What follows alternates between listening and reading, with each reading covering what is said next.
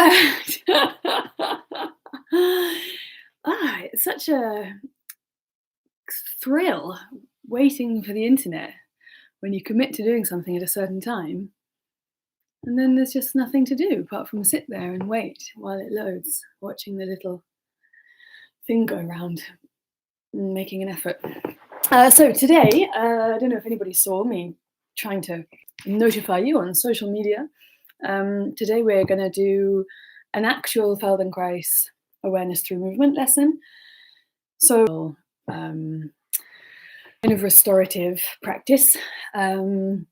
This lesson is really good for posture, back pain, shoulder pain, hip releasing, as well as anxiety and digestive problems. So responding to my own needs as usual with the daily practice, as well as kind of what I feel like I'm absorbing from my community and the world around me and what other people are messaging me about today. That's the lesson I've chosen. It's one I've done a lot recently, so if you want to, you can catch other versions of it. There's a little record. Go and get myself a chair and give you time to go and get yourself a chair. And if you can, it wants to be a sort of not a chair that you sink back into as you're sitting. So a sort of chair or a bench or a stool or something where your bottom is the same height as your knees or a little bit higher. I'll get mine and I'll show you.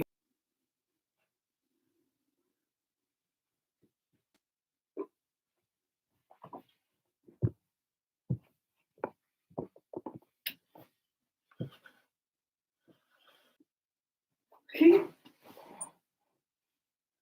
Bit better. So yeah, you want a good chair to sit on. And with Feldenkrais lessons, really the same principles apply that I'm always using, that I've been using in all the practices we do daily. But just in case you haven't done Feldenkrais before, you don't get normally a visual cue. So you're really welcome to completely ignore the screen for this whole practice. And if you've got good audio, just listen to the audio. For the sake of my own body, I'll make it bigger so that it's clear. But just generally speaking, these awareness through movement lessons are given as an audio so that you're kind of following a guide to movement, a guide to where your attention goes, and you're not looking at somebody else. Yeah, it's a framework for you to explore within. So we'll go very gently, and apologies again for starting late. So, but we won't finish late. So just in case alarm at 4:40. So start by just sitting and make sure that you're sitting kind of slightly to the edge of the chair.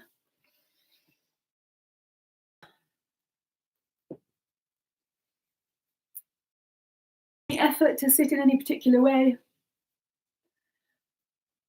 But what I forgot to say is that every other day, I've been doing it in the first person as if it's my practice. But this really is a Feldenkrais lesson, and I don't want to do it in the first person. I want to do it as a teacher, even though I'm going to be following it myself. So I'll be kind of talking to myself and to you at the same time. So that's an intentional stylistic variation for Friday. On a chair towards the edge of the seat, and maybe close your eyes. And just notice what you can about how you're sitting.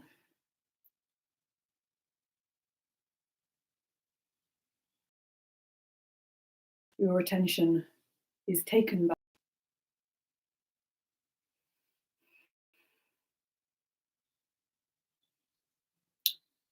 No need to make any effort to sit in a way.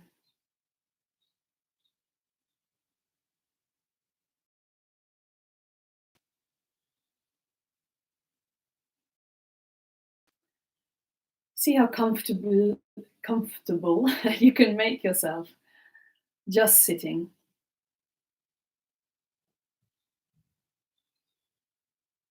Let go of any idea of what's correct, let go of any idea of good posture or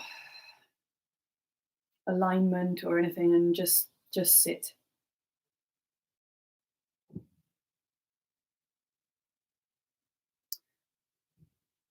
See what it's like to stay on the edge of the chair, not lean back.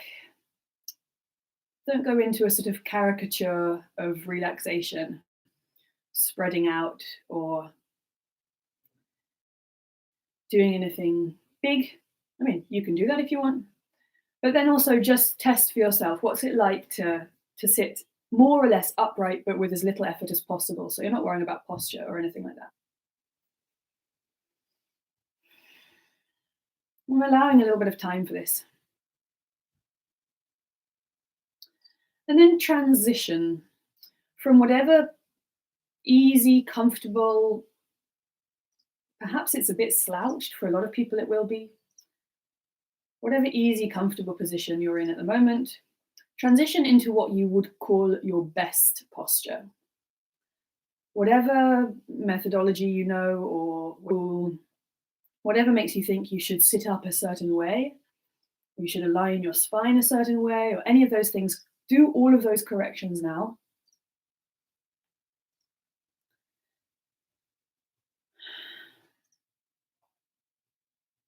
And when you've done that, when you've realigned yourself and you've put yourself through those corrections, notice how that feels. So you're still vertical, you're still sitting on the edge of your seat.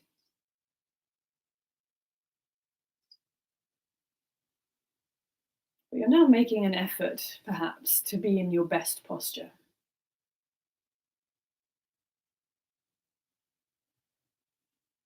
And then relax again. Relax and just be vertical, or rather more or less upright, with as little effort as possible.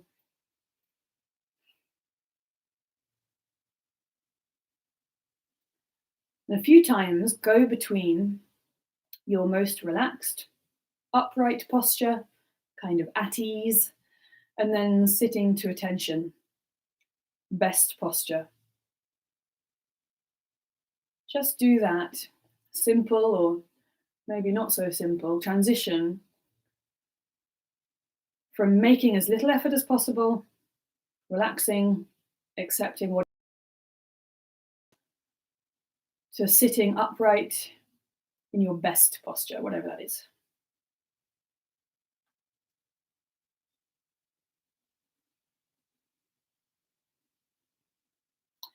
And then just relax for a moment. And you're really welcome to relax throughout this lesson by leaning forward so that your elbows are resting on your knees in that position. The head down, the crown of the head drop down and relax. Or alternatively, you're welcome to sit back and just relax back into the chair, if your chair has a back. I guess your chair has a back, because if it didn't, it would be a stool.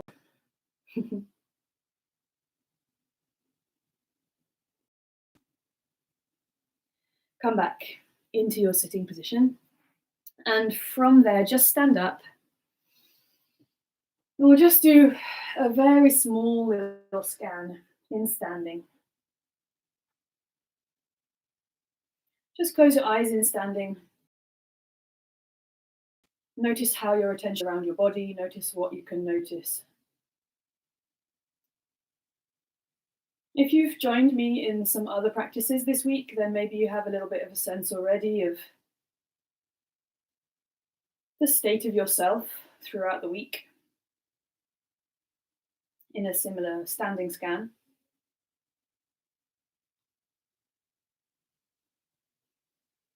Notice the contact of your feet with the floor.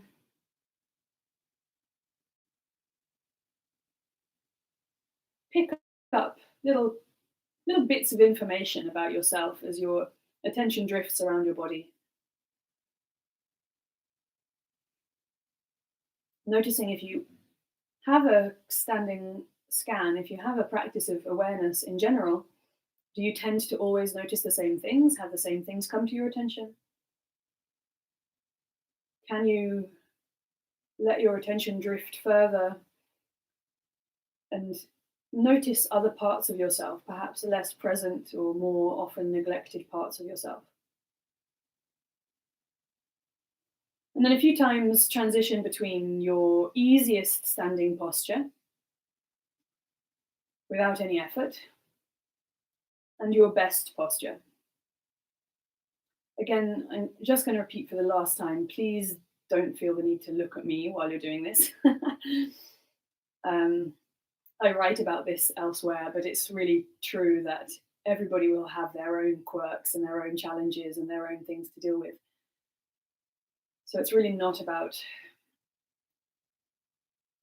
looking to me or to anybody else, in fact, for an example.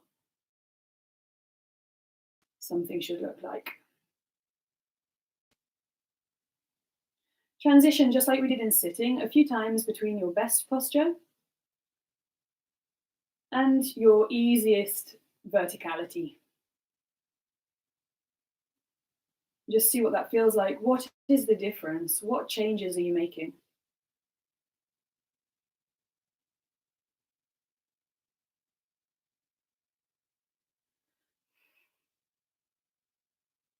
And then when you've done that, again, have a sit down in the chair.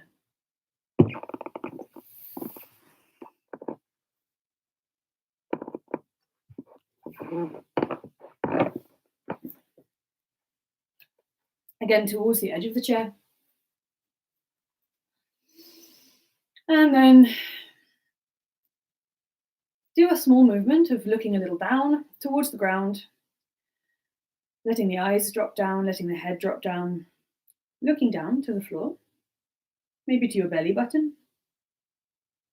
Only doing what's comfortable, what's really soft, what's really easy without any resistance. We're really zooming in today with this lesson, getting smaller and more detailed, learning more and more and more about the tiny details of how we're put together. And then looking up and down a few times. Doing it again, let your attention drift. And notice you doing it as softly as you could. Could you do it with less effort? Can you sense parts of yourself that are working unnecessarily?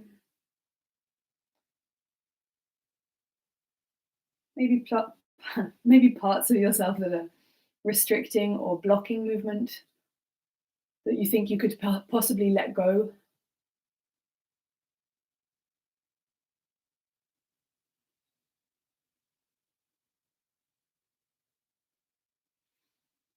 Take a little rest, sitting back or leaning forwards, whatever you like. And then come back to sitting again. And see if you can roll your pelvis a little forwards and backwards. So the reason we're on a firm chair is so that you can sense the bony structure of the pelvis.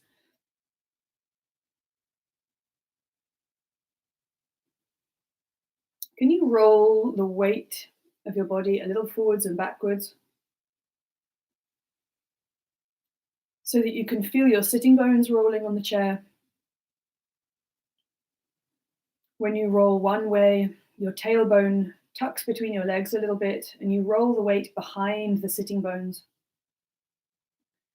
And when you roll the other way, your pubic bone pushes down a little bit, your bottom sticks out a little bit, and you roll the weight in front of your sitting bones. Do that a few times, and as you're doing it, see if you can just let go of any unnecessary tension. And then just before taking a rest, if you can, notice what the rest of your spine is doing. Are you shifting your whole body forwards and backwards? Or are you arching and rounding your back? What's your head doing? Is your head staying in one place? Is it looking up and down?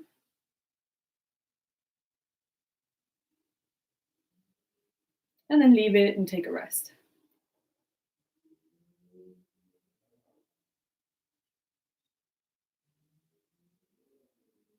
And then come back to sitting. And do a small movement of opening and closing your knees. Really allow it to be small enough that you can learn about the tendencies of your own hip joints. I've got a dry mouth today, which is really weird. And it's like, I think I'm going to be very sibilant. I feel like I almost have a lisp today. I don't normally have a lisp.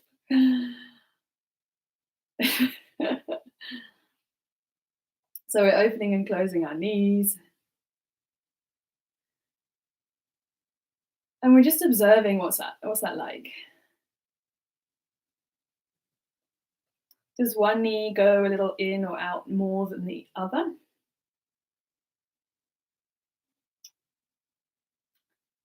I notice I have a tendency really to move more easily in one leg than the other, particularly as the knees go in.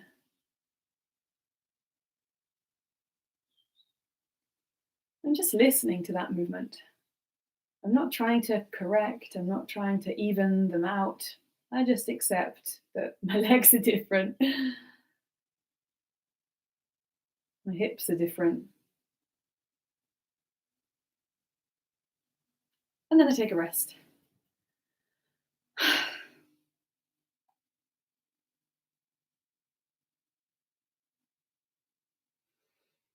Just maybe worth saying while we're resting that it can be, depending on your structure, how bony you are, can be quite hard on the sitting bones. It can start to be a bit painful actually on the seat. So if you start to feel uncomfortable just because it's a bit too hard what you're sitting on, fold up a blanket or something, even just like fold over a jumper and sit on that or something. So make sure that you're comfortable. You don't want to be on a soft surface so that you can't feel the bony structure, but you don't want to be hurting yourself, basically. So make sure that you're comfortable all the time. And then sitting forwards again.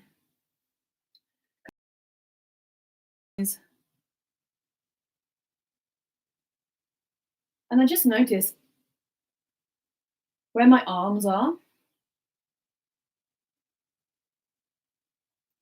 This practice, it's funny, I know that when I'm teaching, I always slip between the first, second, and third person in various different tenses. But this today is really all over the place.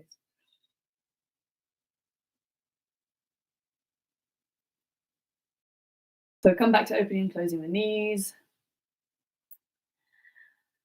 And notice what your arms are doing.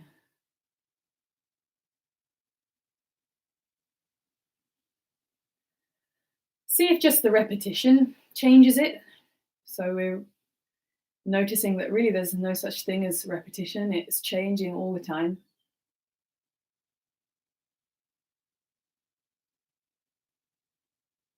And then if your hands are not on your knees, place your hands on your knees. And continue the movement and see how it feels.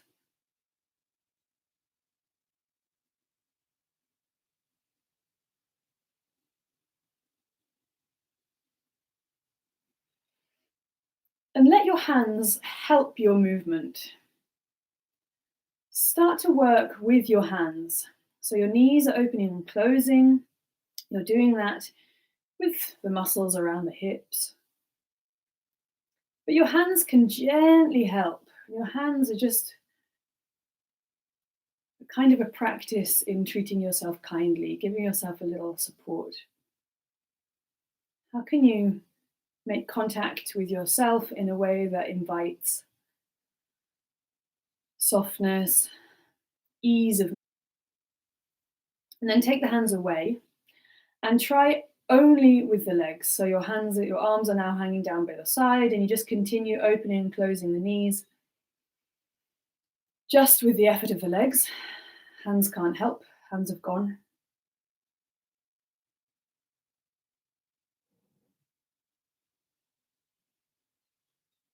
Take a little rest, just stay sitting where you are. Just let the knees pause. And then bring your hands back to your knees or thighs and do the same opening and closing of the knees, but this time don't make any effort at all in the legs and only do that movement with your own hands. So now your hands are controlling the movement and your legs are entirely passive. Can you really cultivate a quality of listening in the hands so that you don't push even past that first grain of resistance? I've been doing this lesson a lot recently, and this is generally the point where I have to go, be less ambitious. If I really don't push, if I'm not making any effort with my legs, if I'm just very softly, very gently testing with my hands, how far can I move my knees without bumping into or pushing past any resistance? Wow, I've got really very little movement availability left. The movement becomes tiny for me.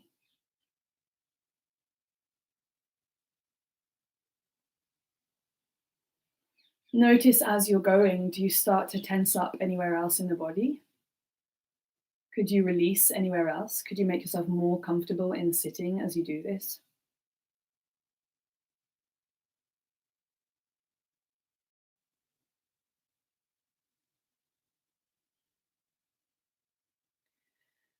And then take a proper rest in.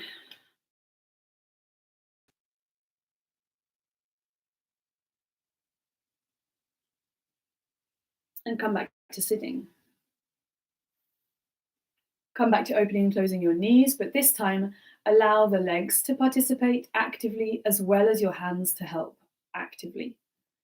So suddenly your whole self can contribute to this movement. You're opening and closing your knees, your hands can help guide the movement. Your legs can help drive the movement. The rest of your body can release, soften, stay present, stay amenable to allow the movement.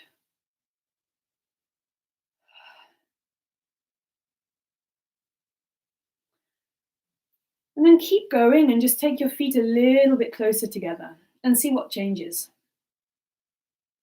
Maybe just an inch or a centimeter.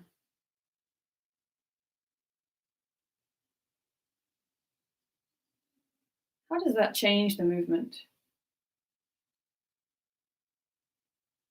For me, when I have my feet further apart, one leg moved much easier in one direction. Now that I put my feet closer together, it's a really clear difference that it's the other leg that moves more easily, but in the other direction.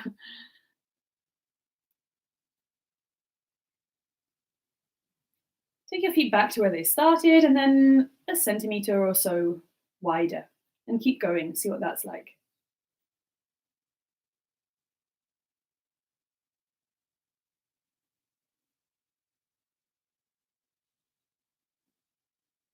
And then just place your feet where you want them. Where is it easiest for your knees to go evenly in and out?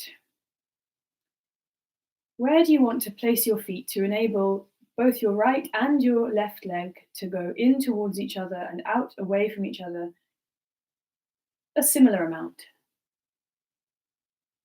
Acknowledging that perfection, I mean, it's not attainable. I don't think it's even desirable, is it? Certainly not interesting.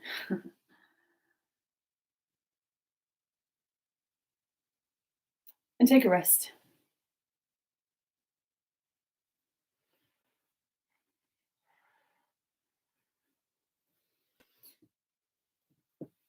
And then with your feet standing again, and you're sitting on the edge of the chair again, let your hands just rest on your thighs and have a little rerun of the movements that we did at the beginning. So you're looking down a little bit towards the ground or towards your belly, and then you're looking up a little bit.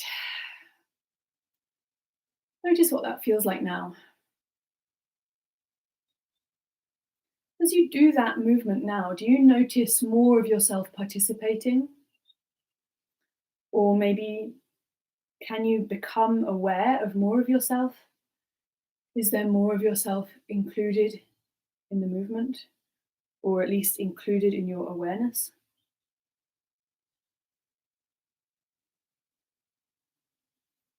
And let that go. Just pause. And come back to rolling the pelvis forwards and backwards, backwards and forwards, seeing how that feels.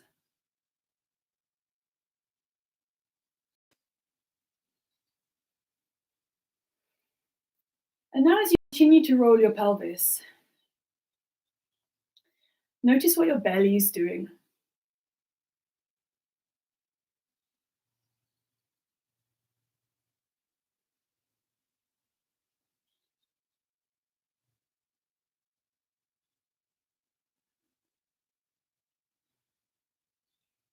Could you let your belly sink back towards your spine as you roll behind your sitting bones and your tail tucks between your legs?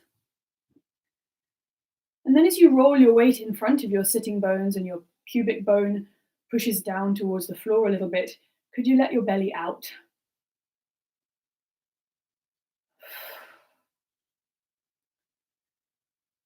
And only do what's comfortable. Take a pause whenever you want. If you feel you could slow it down, slow it down. Slow it right down.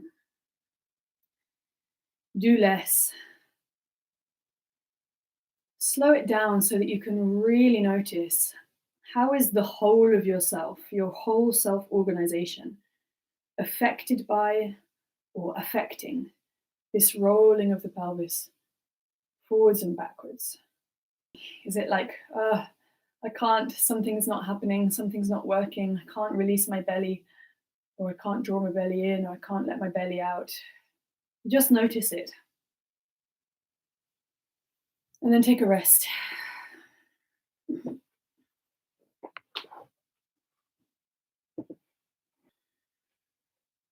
And come back to sitting on the edge of the chair. Place your hands on your thighs or knees again.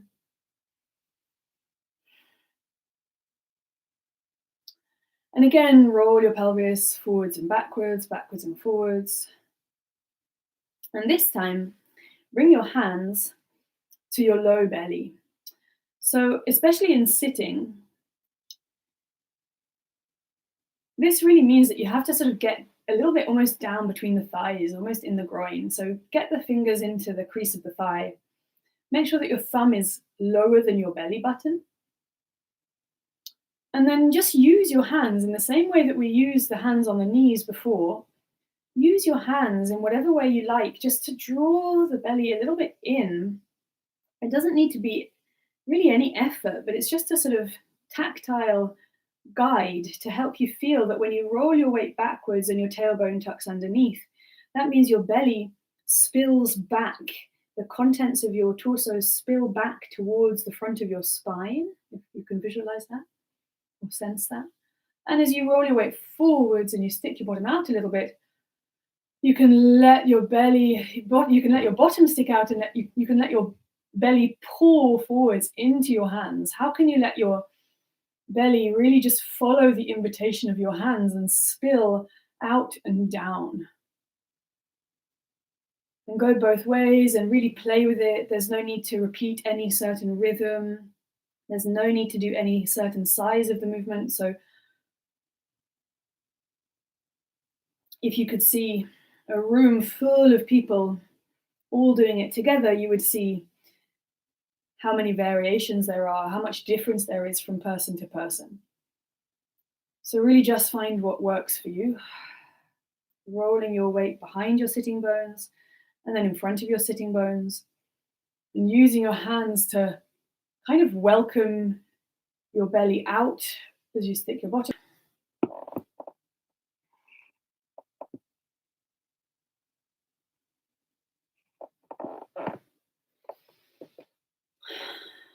And then when you're ready, then that's a nice sign that you're doing, or you found a way of doing something that works for you. If you feel more anxious or you feel whenever you need,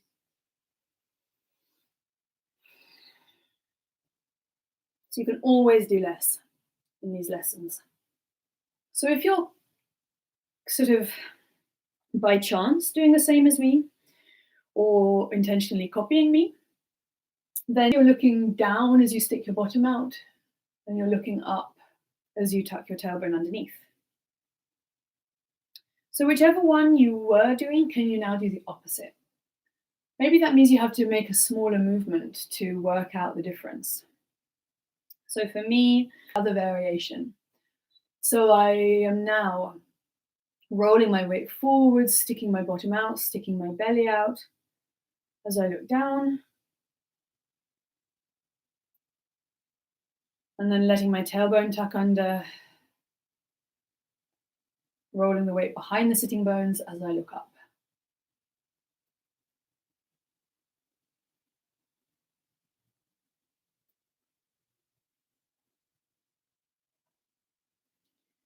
If you get confused, just go back to whatever you were doing before. We're letting the belly spill out and down as I look down. And then I'm letting myself, actually the words I'm using to guide aren't the best. Rather than a way of just letting the head do this variation, there's a way of just letting the belly in and out rather than actively making it happen.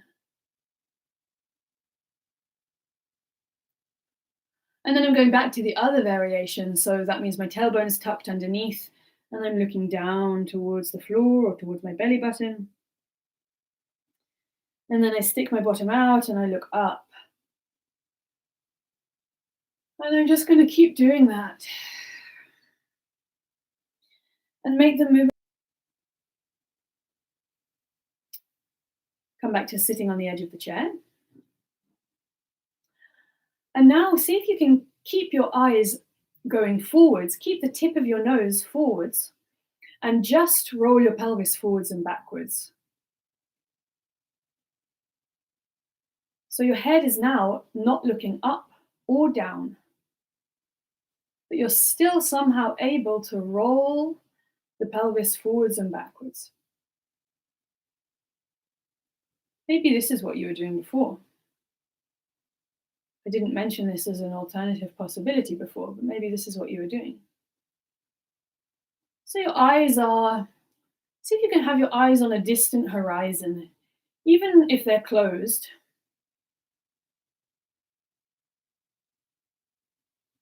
There's a sort of soft focus as if you're gazing out to sea. And you're rolling the pelvis forwards and backwards. And with the head now maintaining that horizontal horizon focus. So your nose isn't dropping down or lifting up. Could you let anything else in your torso soften to make that movement a little bit more possible? So we're trying to roll the pelvis forwards and backwards, but can anything give in your upper back to make that easier for yourself? Can anything give in your chest to make that easier for yourself? So maybe you have one thumb underneath your ear and the fingertips either side of your skull, making sure that you're holding the skull and not the neck. Really not the neck. You want to be holding the bony structure of the skull. And you can see your elbows out to the side, so make sure you can see your elbows in your peripheral vision. Now continue rolling the pelvis forwards and backwards. Can you do that without having your elbows move in your peripheral vision? Can you create your elbows as a fixed point in space? Roll your pelvis forwards and backwards. Now what has to happen in your torso, in your ribs? Can you work it out? Maybe it takes time, maybe it judders, maybe it goes. technical sound effects. And somehow you're able to still roll your pelvis forwards and back. And now it obliges parts of yourself that perhaps you don't normally move, or perhaps you don't normally move them in such a way, back between your shoulder blades. Can you feel your shoulder blades moving against your back?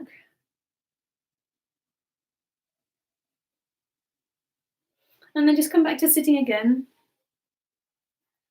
Hands on the thighs again, on the knees. And just to finish, notice what it's like to sit now. A few times, open and close your knees and see what that's like now.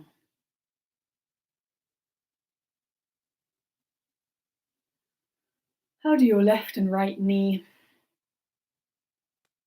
hips, ankles, belly, pelvis? So the knees move because other things let them move. So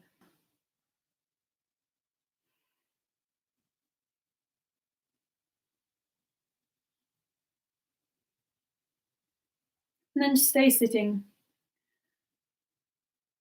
and come into your best posture, the least effort possible, and see what that's like. Maybe you want to do that again. Maybe you want to go into your best posture versus your most comfortable vertical sitting with the least effort, just like we did at the beginning. But now see, what's the difference between best posture now? How comfortable can you be in sitting?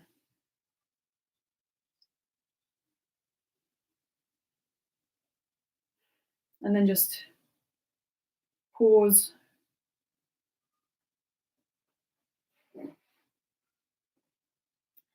And finish just standing again, noticing what it's like to be those two ideas of yourself relate to each other now.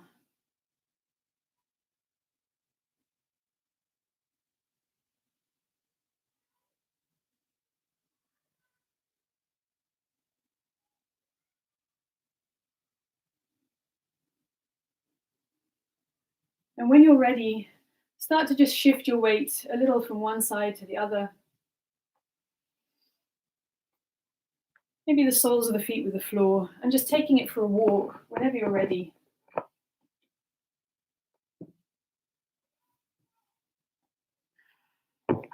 Expanding the awareness out